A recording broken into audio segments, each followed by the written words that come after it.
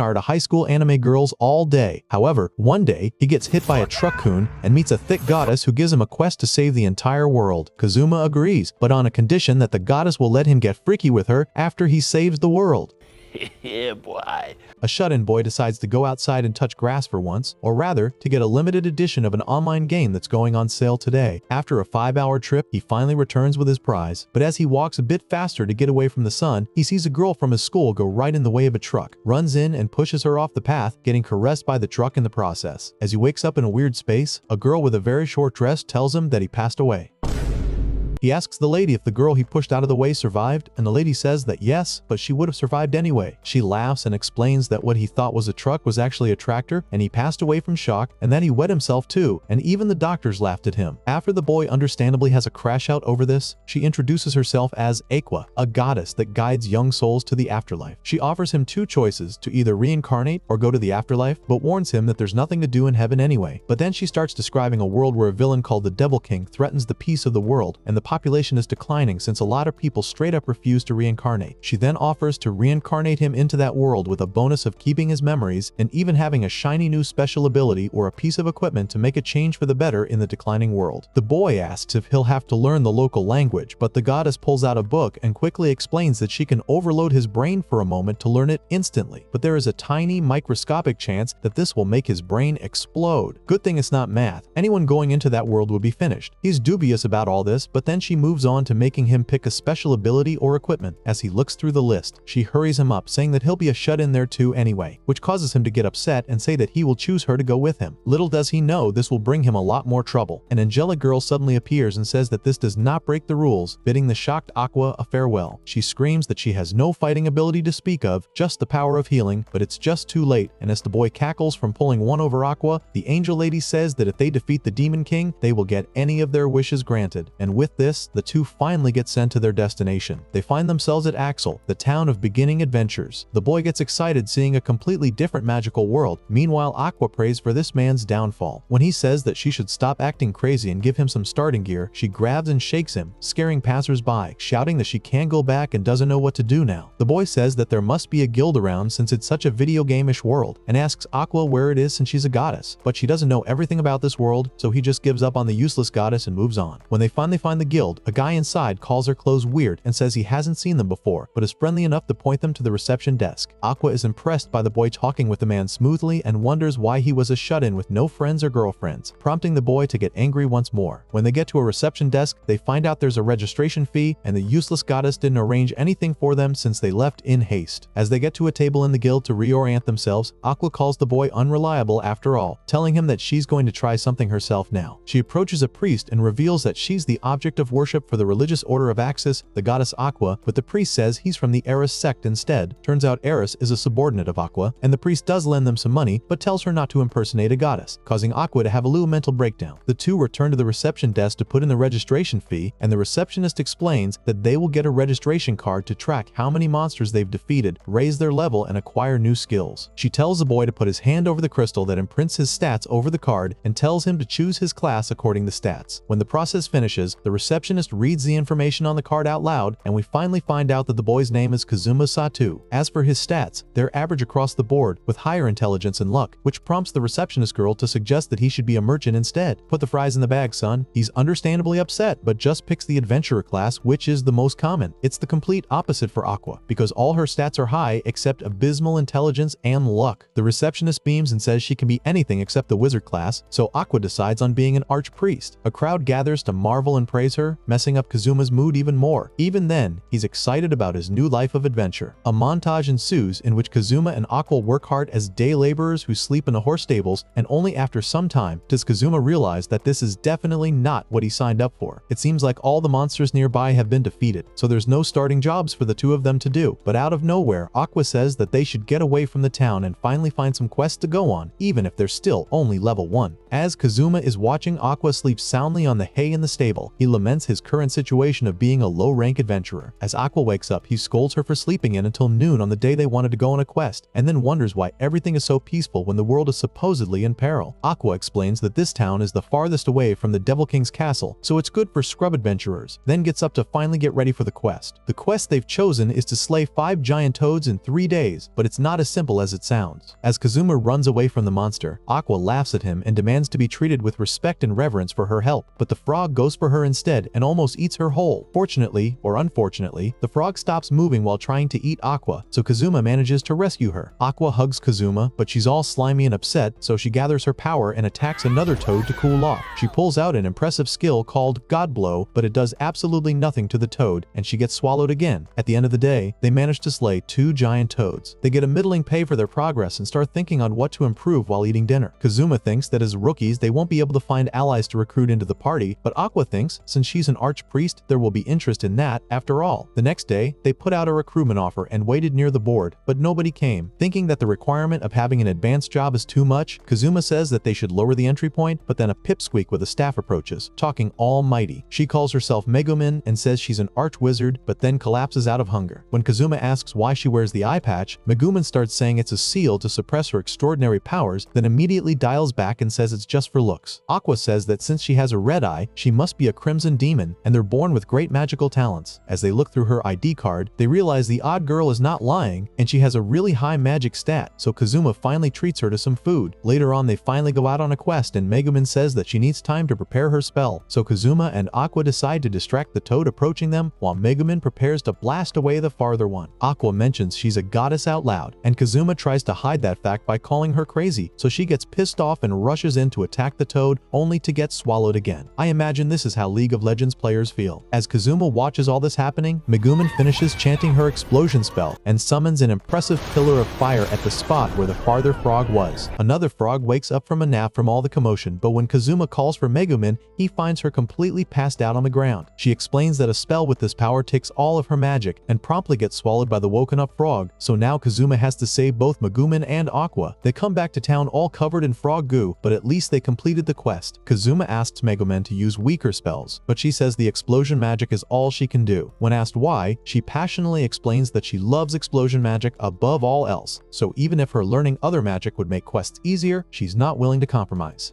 Aqua sympathizes with her, but Kazuma is already ready to drop her from the party as soon as they split the reward. After Megumin begs to be a permanent party member and says she doesn't need to be paid as long as she gets food, he still refuses to budge, but then girls nearby suspect Kazuma did something bad to the girls covered in goo and is now throwing them away, so he has to relent and accept her into the fray to get out of the situation. Kazuma turns in the quest and levels up 4 times as a result, but the overall pay divided between the 3 of them is depressing, and all the other quests on the board are unfit for their party. As he mulls over all that, a gorgeous female knight approaches him, asking if they're still recruiting party members. She presents herself as Darkness of the Crusader class, but as she talks more and more, she gets visibly very flustered and embarrassed. After Darkness passionately asks what happened to his slimy teammates, Kazuma replies that they were swallowed by giant toads. She acts weird, so Kazuma tries to blow her off by saying that they're all inadequate. To that, she says that she's also pretty bad, and asks him to use her as a meat shield. Kazuma nearly has a heart attack, but still tries to refuse, and when he says she might get swallowed by monsters too, she agrees a bit too enthusiastically. Next day, Kazuma enters the guild and finds Aqua doing parlor tricks to impress everyone. He sits down to eat next to Megumin, and they talk about how to acquire new skills. She tries to get him to learn explosion magic, but then he calls her a little girl and she stops talking to him completely. Just then, Darkness appears behind this man with the intention of continuing their talk. He refuses again, and she moans. A thief girl named Chris approaches them and tells Darkness not to be too pushy, then offers to teach Kazuma a good thief skill. They go outside, and she talks about a few low-cost but useful skills, one of them being the steal skill. He learns enemy detection, lure can steal from her, and she gets him to fight her to use the skills in a real fight. She shows him an expensive dagger and puts a bunch of stones in her hands to lower the chance of it being stolen, but when he uses the skill, he manages to steal the underwear off of her. Seeing this, Darkness calls it a vile act while somewhat enjoying it. When they go back inside, Kazuma shows off his steal skill on Megumin, but even though the loot should be random, he manages to steal the lady's panties again. As Darkness hysterically asks to let her into the party, he refuses again. Aqua and Megumin find out that she's a crusader and are ready to accept her into the party, but Kazuma tries to make both Megumin and Darkness reconsider joining by saying he and Aqua want to defeat the Devil King. It doesn't work, but then an emergency bell notifies everyone there's enemies near the city. Everyone goes out, and what's happening ends up being an urgent quest quest to defeat flying cabbages trying to get into the city. Darkness tries to show off to Kazuma, but ends up not hitting a single cabbage and ends up being pummeled by a bunch of them while protecting another adventurer. As she gets hit, her armor gets destroyed, exposing more and more of her skin, which delights her. Honestly, just throw out the whole Crusader at this point. Meanwhile, Megumin tries to solve the situation by way of explosion magic, and she manages to do so with great success. A large number of cabbages are gathered as a result, and everyone in town gets to eat cabbage stir-fry that day. As Aqua, Megumin, and Darkness praise each other for a job well done, it is decided that Darkness will indeed join the party without Kazuma's consent. Later on, Kazuma finally learns a new skill, which is a spell that creates water. Darkness and Megumin show off the new equipment they bought with the reward from the cabbage quest. Meanwhile, Aqua is pissed because most of what she caught was actually lettuce. Kazuma reveals that he got a small fortune of 1,000,000 iris from his quest rewards. Aqua immediately coerces him into paying off the tab of 100,000 that she had, and after that he gets a more fitting outfit for an adventurer. The party tries to plan for what to do next, and everyone has different ideas, but ultimately they approach the quest board and find out that there's only high-level quests available. Turns out the Devil King's subordinate has appeared nearby, so all the low-level monsters are in hiding. Kazuma and Megumin go out of town for magic training, or more accurately, so Kazuma could carry the lady home after she collapses after her daily single spell. Need someone who would do that after I do the dishes. They see an eerie castle on a cliffside, and Megumin tries to blast it with explosion magic, then collapses. This continues daily as Aqua works a part-time job and Darkness is gone to train at her family home. As days go by, Kazuma notices Megumin's explosions become more and more refined. Nothing much changes, however, so he chastises Aqua for being useless. As Darkness asks to be demeaned instead, another emergency arises at the gates of the city. Devil King's subordinate, a headless knight. The knight screams out, asking who has been firing off explosion magic at his castle every day. As everybody looks around, Megumin steps forth. The knight screams at her to face him openly instead of this harassment, but in a giga-brain move, she says it was all just a tactic to lure him here on his own. Aqua comes in to support Megumin and attempt to purify the knight, but he fires off a curse that would destroy whoever gets hit by it in 7 days. Darkness manages to jump in front and get hit by it, and the knight laughs and gets ready to leave, telling Megumin to watch her friend slowly and painfully fade away because of her actions. Darkness gets up and immediately starts spouting some nonsense about coming with him and being made to do all sorts of perverse acts for him, weirding the knight out. He flees, telling Megumin to come to his castle if he wants Darkness to stay alive. Megumin goes ahead to do just that, and Kazuma intends to go with her to keep her from casting an explosion on any random thing. As they have a nice moment talking about trusting each other, Aqua easily dispels the knight's curse from Darkness. Everybody claps, and this is how the quest to repel the headless knight finishes. While everybody except Megumin and Kazuma, who were really excited to go on an actual adventure for once, watching Aqua sleeping peacefully, Kazuma laments that this is not how his parallel world life should go. Later on, while the party gathers in the guild, Aqua begs everyone to go on a quest, even if all that's left are the high difficulty ones, because she's sick of working part-time.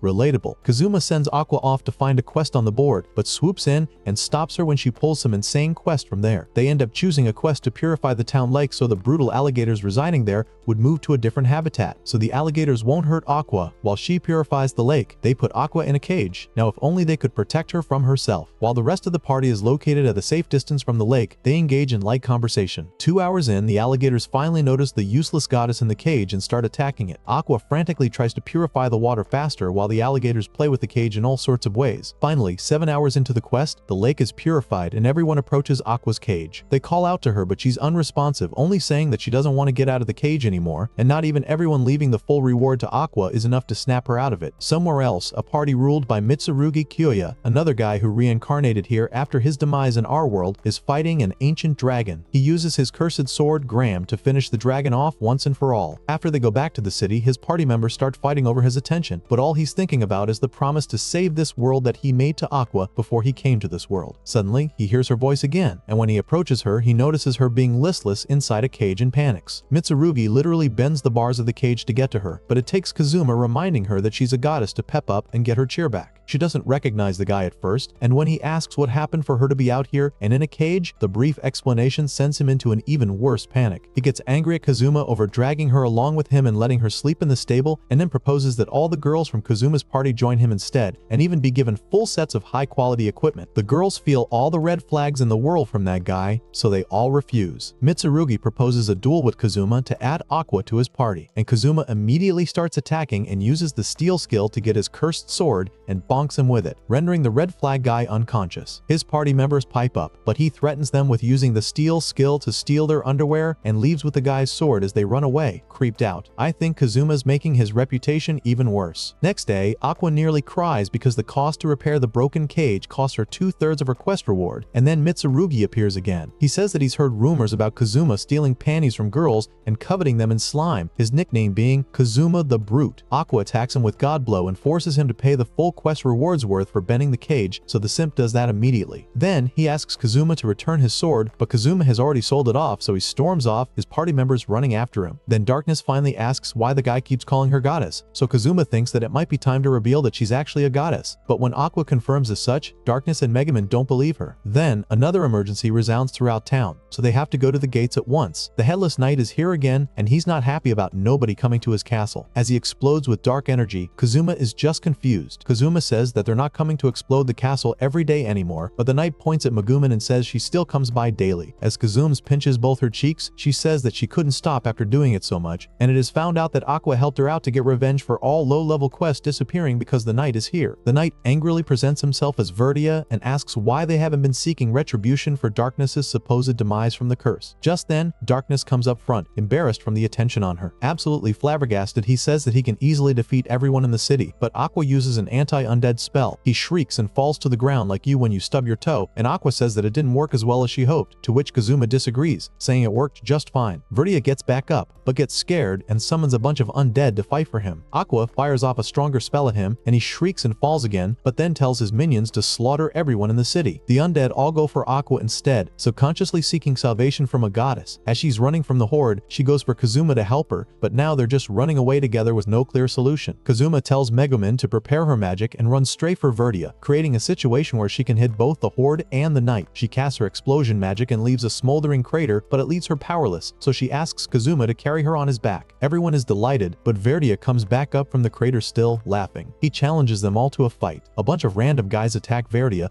but he throws his helmet up, which causes an eye to appear up in the sky. The knight's movement gets fluid and fast, so he defeats all of them within a moment. Someone in the back says that Mitsurugi will arrive soon enough and defeat him, but Kazuma has his doubts about that. The knight advances, and the first line of defense is Darkness standing in his way. Their swords clash, and Darkness loudly talking about him possibly doing lewd things to her weirds Verdia out. Then, she goes for an attack, and of course she misses him even though he didn't move an inch from where he was. We need to check this lady's eyesight. The knight attacks, chipping away at Darkness's armor and making her think of even weirder stuff. Using the moment, Kazuma uses a spell to create water, then freezes it to make it harder for Verdia to move. He then uses steel, but it doesn't work, and Verdia easily breaks out of the ice. As Verdia pummels Darkness, Kazuma tries to think of what would be his weakness in a video game. He notices that the knight dodged water swiftly, so he tells all the mages to use water magic on the knight too, forcing him to focus on dodging. Then he asks Aqua if she can cast water spells, and she says that she will if he apologizes for calling her a lame goddess. He doesn't, which upsets her, but she still uses her goddess powers to summon a whole flood. The knight is weakened, but not down for the count yet. As he throws his helmet up again, Kazuma uses steel and manages to steal the helmet. With a grin, he starts playing Kick the Can with the helmet, telling others to do so as well, while Aqua finally gets her staff and casts the sacred spell to finish the night off. Finally, Verdia disappears. The sky clears up, and Darkness gives out a prayer for the fallen warriors. Turns out they are not so fallen since Aqua just used resurrection on them, so that just embarrasses the Crusader. Not the last time she gets beat red, I'm sure. Next day, Kazuma enters the guild to find everyone except Megumin having a beer. As everyone congratulates them on defeating Verdia, the guild receptionist gives them out a reward of 300 million Eris. Kazuma tells the rest of the party that he plans to live out a peaceful life, and as they argue, the receptionist adds that Aqua's flood caused big damage to the city, and they have to pay 340 million Eris off to fix that, which is diabolical. So, no peaceful life for Kazuma. Kazuma wakes up in the space between life and death again, figuring that he passed away for a second time. Turning back time to after they defeated the knight Verdia, winter came and Kazuma complained that he needed money again. Aqua, not figuring out what this is about, says that she also wants money and she should be spoiled since she's a goddess and saved the entire city. Kazuma, now pissed off, says that he wants money because they're in extreme debt and that she should take care of the debt on her own since she's the one who both saved and destroyed the city. As Aqua begs Kazuma not to leave her alone with the debt, Darkness and Megumin arrive, so they all go to the quest board to look for something decent. After looking at a bunch of insane-sounding quests, they settle on the task of defeating snow sprites in the plains. When they arrive at the snowy plains, there are indeed a lot of sprites floating around. While Kazuma chases them around trying to defeat them, Aqua catches them with a bug net and puts them in bottles so they would always have ice-cold drinks. Megumin gets 8 of them with her explosion magic, but the party gets buried in the snow. Just when they get out, a snow hail arrives, and with it, a strong monster called Winter Shogun. Darkness is excited for the monster to do all sorts of things to her, but then he attacks and straight up cuts half the blade off her sword. Megumin plays dead to not deal with all this, and Aqua says that the snow sprites pick up and realize the thoughts of people wandering the plains, so the Shogun was most likely made from the thoughts of another Japanese person who reincarnated in this world. Aqua says that the Shogun will forgive them if they apologize and prostrate, so she herself does that. Kazuma tries to shove Darkness to the ground, which delights her, but before he can drop his weapon and prostrate properly, the Shogun attacks. Thus, we get to the moment when Kazuma is back at the space between worlds where he met Aqua for the first time. A goddess appears before him and presents herself as Eris, lamenting his unfortunate passing. Then, she says she'll reincarnate him back into Japan into an affluent family so he could lead a life of comfort. He's delighted with the turn of events, but when he looks back on his adventures with Aqua, Megumin, and Darkness, tears fill his eyes, and he realizes he was fond of his adventures in that good-for-nothing world after all. Just then, Aqua's voice resounds. She casts recovery magic on him so he can come back now. Eris, however, says that he cannot be revived now that he reincarnated once. To that, Aqua talks smack about that rule, and when she finds out that the goddess who said that is Eris, she exposes her for being so full of herself as to make her name the local currency and wear breast pads. After Eris hastily makes an exception to revive Kazuma, she says that this will be their little secret and sends him back to his body. He wakes up back in the snow plains, and his head is on Aqua's lap as Darkness and Megumin hug him, crying tears of happiness that he's back. Truly, the only sane person being back in the world should be an occasion for joy. When Aqua asks for gratitude from him, he instead says he'd rather have Eris along with him instead, and only Darkness shielding him stops Aqua from sending him back to her with a punch. Megumin tells him that his death was gruesome and that he was beheaded by the Shogun, so he decides to retire from the quest. Later on, as they rest in the guild, Aqua reveals that she did save one sprite for herself. Kazuma wants to defeat it to get some money, but she refuses, saying that she'll make a refrigerator with it. As Aqua orders some food, Kazuma thinks back on the other goddess he met. As he swoons over the memories of her beauty and grace, Aqua orders a bunch of food and wastes money from their savings for it. Everyone chows down, but Kazuma kinda regrets going back to this world now. Kazuma and Aqua are struggling to make it through the winter. As Aqua watches the fire she made fade away, she tries to burn Kazuma's tracksuit to stoke the fire, but Kazuma snatches it out of her hands before it's totally burned. As they argue, the fire goes out for good. I guess the age of fire has ended. They go into the city, and Kazuma says that he would like a skill that he could use as a main weapon. They enter a shop, and Aqua immediately throws a fit seeing a woman she recognizes, screaming that it's unfair that she's working in a shop while Aqua sleeps in the stables. Kazuma pacifies her by bonking her out of consciousness. They both know the lady. Her name is Wiz, and she's a lich and a ruler of the undead, called the No-Life King. They met her on a previous job where she was purifying the spirits in a graveyard, and Aqua took on the job from her. As she serves tea to them, Aqua is still pissed that a lich is living a better life than her, and when Kazuma asks if she could teach him a skill, she explodes. She says that an attendant of the goddess shouldn't learn skills from the undead, and Kazuma has troubles with that statement, but when Wiz learns that Aqua is the head goddess of the Axis sect, she shrieks because her followers are apparently all lunatics. Are you surprised? I am not surprised. After Aqua stops crying and gets distracted by jingling keys or something, Wiz and Kazuma start talking again, and she says that she's impressed he defeated Verdia since his skill with the sword was very well known. Kazuma asks how she knows that, and Wiz casually answers that she's one of the 8 leaders of the Devil King's army. Aqua leaps into action and captures Wiz, probably now seeing her as a bunch of moneybags stacked on top of each other, but Wiz says she's just been charged with maintaining the barrier on Devil King's castle and there's no bounty for capturing her since she never hurt anyone. Wiz says that defeating all the leaders will open the path to the Devil King, and Aqua wants to start right now by defeating the lady, but Kazuma says that even if they did that, they won't be able to defeat the Devil King with their current levels. When Kazuma asks if she's upset that they defeated Verdia, Wiz says that she doesn't care much, and he was the type of guy to roll his helmet under her to look up her skirt anyway. Then she says that she can teach him a skill, but she would have to use it on someone first, and Kazuma volunteers Aqua for the role. Wiz tries to use Drain Touch on Aqua, but she resists, though eventually she lets the lady do it. As Kazuma learns the spell, she tries to use anti-undead magic on Wiz. Wiz gets a bit transparent, but Kazuma stops her before she does more damage. Just then, an old man enters the shop looking for Wiz. Later, Kazuma's party is approaching a villa. Turns out that the landlord would allow them to live in the mansion if they managed to exorcise it, and this is the issue that the old man came in with. Apparently, the spirits here reappear as soon as they're exorcised, but Aqua is, as always, confident in her power. As she does the thing where exorcists tell a whole novel's worth of mansion history as soon as they approach it, the others head in to clean up and assign themselves rooms. Evening comes, and Aqua's still at it outside talking about the spirit of an aristocrat's illegitimate child, but the others are done with cleaning for the day and disperse to rest up before ghosts appear. Kazuma is happy to finally have his own room and bed, and fairly confident in Aqua's ability, but a shriek disturbs his thoughts. When he runs into Aqua's room, it turns out that a bottle of expensive alcohol she's been saving has been opened open and freed of its contents, so she blames it all on evil spirits and starts running around the place to punish every last spirit she comes across. Kazuma calmly goes to sleep as this is happening, but when he wakes up in the middle of the night, there's a creepy doll in his room that wasn't there before. As he closes his eyes to calm himself down, a lot of ghost dolls appear around him, terrifying him even more. As he runs to Aqua's room, he instead finds Megumin there. He asks what happened, and she says she also encountered the dolls and was waiting for Aqua to come back and protect her. Turns out they both woke up needing to use the bathroom, and when Kazuma tells her to close her eyes so he could use the veranda, she clings to him, emphasizing the importance of teamwork in times like these. However, before they can go for number one in a party, they see a bunch of dolls in the window. They run out and find the bathroom, and Megumin goes first, but before she's even halfway done, the dolls appear in the hallway, and Kazuma barges in and runs away with Megumin. They run into a storage room, and Megumin starts chanting for her explosion magic, but before she can finish, the door into the room shakes. Kazuma tells Megumin to run while he'll try to use Drain Touch on as many dolls as he can, but when he opens the door, he hears a thud. They find Aqua out cold with a bruise on her head from the door he swiftly opened, a bunch of unmoving dolls surrounding her, and darkness standing right there next to all that. Next day, they get the reward for the quest to exorcise the spirits from the receptionist, and she tells them that there's a special reward in there too because the spirits haunted the house from someone putting up a barrier on the graveyard close to it. Turns out that someone was Aqua, who didn't bother exorcising the spirits from the graveyard where they met Wiz, and instead put up a barrier and hoped for the best. Kazuma refuses the special reward from the guild, and the party finally settles into the mansion for good. As Kazuma cleans up the grave of the aristocrat child on the grounds of the mansion, Wiz visits and remarks that everything here happened for the best, congratulating them on their new place. As Aqua calls him in for lunch, Megumin says they're out of wood for the fire, so of course Aqua says to throw his tracksuit in, so he rushes inside to stop that from happening again. As Megumin and Darkness play chess, Kazuma lounges around in front of the fire. Aqua comes in and tells him to relinquish his spot, calling him a low-leveled newbie because she's the highest level in the party. Kazuma notices that her stats never improved, but she says it's because they were maxed from the start, not the flex you think it is. He stands up from his spot, crying because now he knows her low intelligence stat will never get better. As he walks around town, he spots two adventurers he got to know recently called Keith and Dust. They act shifty, and when he asks them what's going on, they say it's because there's a shop nearby that's run by succubi giving you really nice dreams. Safe to say, Kazuma is interested. When they enter, the place is full of ladies dressed in about as little as you'd expect in such a place. When one of the ladies shows him to the sign-in table, he meets the guy who welcomed them into the guild way back, happily making his way deeper in. The lady approaches him and explains how it all works. Since many adventurers sleep in stables, there's not much chance for them to relieve their needs, so the succubi open this place up to fulfill that need, and the amount of vitality they take is minuscule. She gives him a sign-in sheet and explains that he can be anyone in the dream, and any girl, whether real or not, is fine. But if he drinks too much that day, they won't be able to give him any dreams. Kazuma comes back to dinner, and it turns out Darkness's family sent a bunch of crabs and liquor to congratulate them on finally getting their own place. The crabs are so delicious that they can't stop eating them, and Aqua shows Kazuma how to drink liquor from a crab's shell. Pretty fancy. As he gets the bottle, he remembers that drinking is a no-go for tonight, so he tries to endure. When Darkness tries the same trick and says that it's a great way to drink, he still tries to endure. It's hard to continue, so to everyone's surprise, he turns in early. That's right, Kazuma. Never surrender. However, he's so excited that he can't sleep, so he goes to take a bath to relax. Kazuma dozes off in the bath, and when he wakes back up, the lantern flame in the room has gone out. Darkness enters the room, and it's at this point that he figures that this is a dream, so he just goes along with it, acting aloof. She gets really embarrassed and falls down, but he nonchalantly stands up and gets out of the bath. Then, he sits down on a seat and asks her to wash his back while her brain is exploding from what's happening right now. When she asks what would happen if Aqua or Megumin found out, he blurts out that they could go in the bath all together anyway. Comment if you're calling the cops on this man.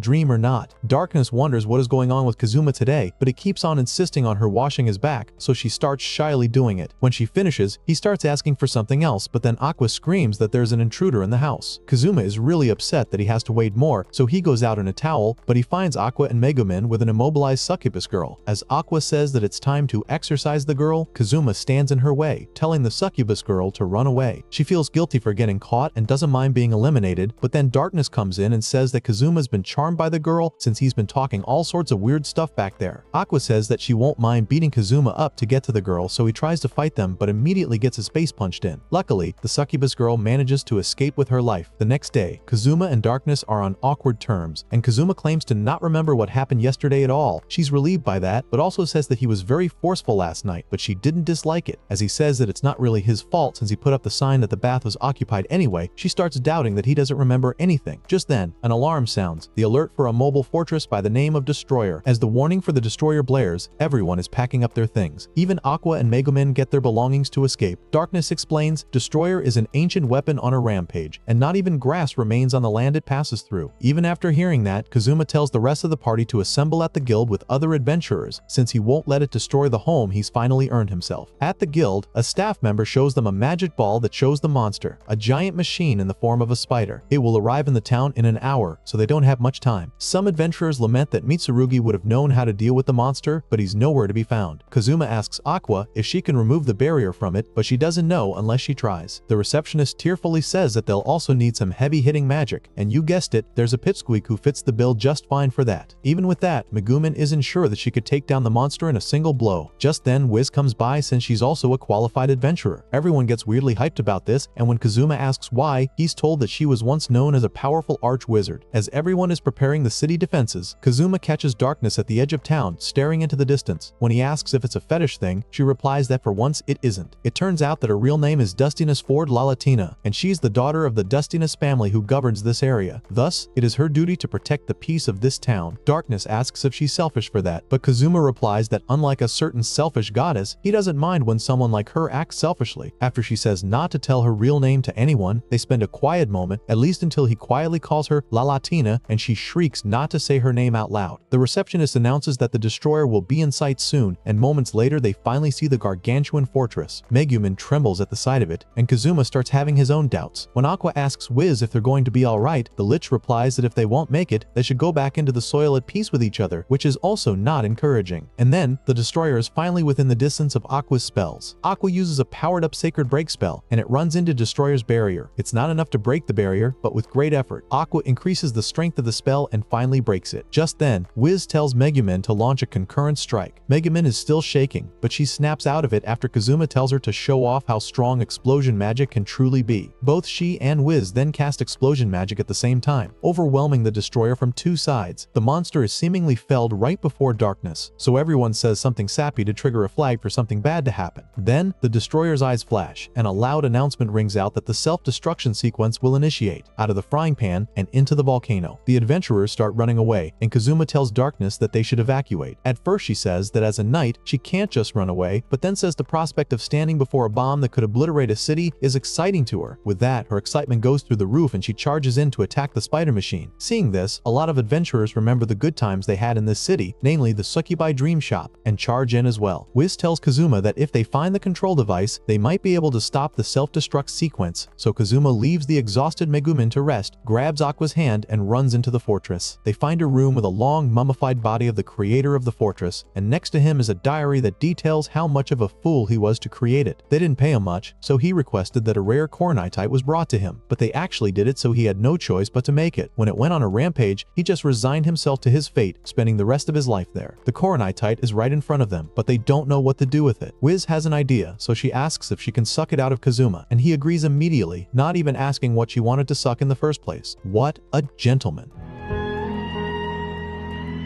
Then she uses Drain Touch on him and he momentarily becomes a raisin. Wiz says that now she can use teleportation magic, but it can only be a random teleport, so she doesn't know where it will land. Kazuma says to do it anyway, bidding on his good luck to save the day. And so, she does, and the Coronitite disappears. They go out to the deck and notice Darkness standing there, and her keen senses tell her that it's not over yet. Just then, the fortress starts to glow red. Wiz says that the fortress is going to explode due to internal heat, so there was no reason to send the Coronitite away anyway. Kazuma is thinking they should explode it again, but Wiz has no more magical power. He tries to drain some from Aqua to give to Wiz, but Aqua says that her holy power will make Wiz disappear. Just then, Megumin arrives on the back of an adventurer ready to start blasting. Wiz tells him that skin contact closer to the heart makes Drain Touch more effective, so Kazuma touches both Megumin's and Aqua's back of the neck to make a transfusion of energy from one to the other, though Megumin takes a bit more than she needs to produce a truly terrific spell. Then, she casts the explosion magic of an extraordinary power. After the battle, everything returns to normal. As Kazuma thinks of his adventures adventures in retrospect, even his silly allies and harsh life in the stables start to seem like trials to make him grow stronger. As he smiles, thinking that this was a long tutorial, Aqua comes in, saying some knights came from the imperial capital. When they finally meet the knights in the Adventurers Guild, not everything is as rosy as expected. He is suspected of the crime of subversion to the state and blamed for the teleported Coronadite destroying Overlord Aldart's mansion. As everyone panics, Kazuma wishes that the next world he goes in would be less nonsensical. And that's it for the first season. Kazuma's adventures will continue in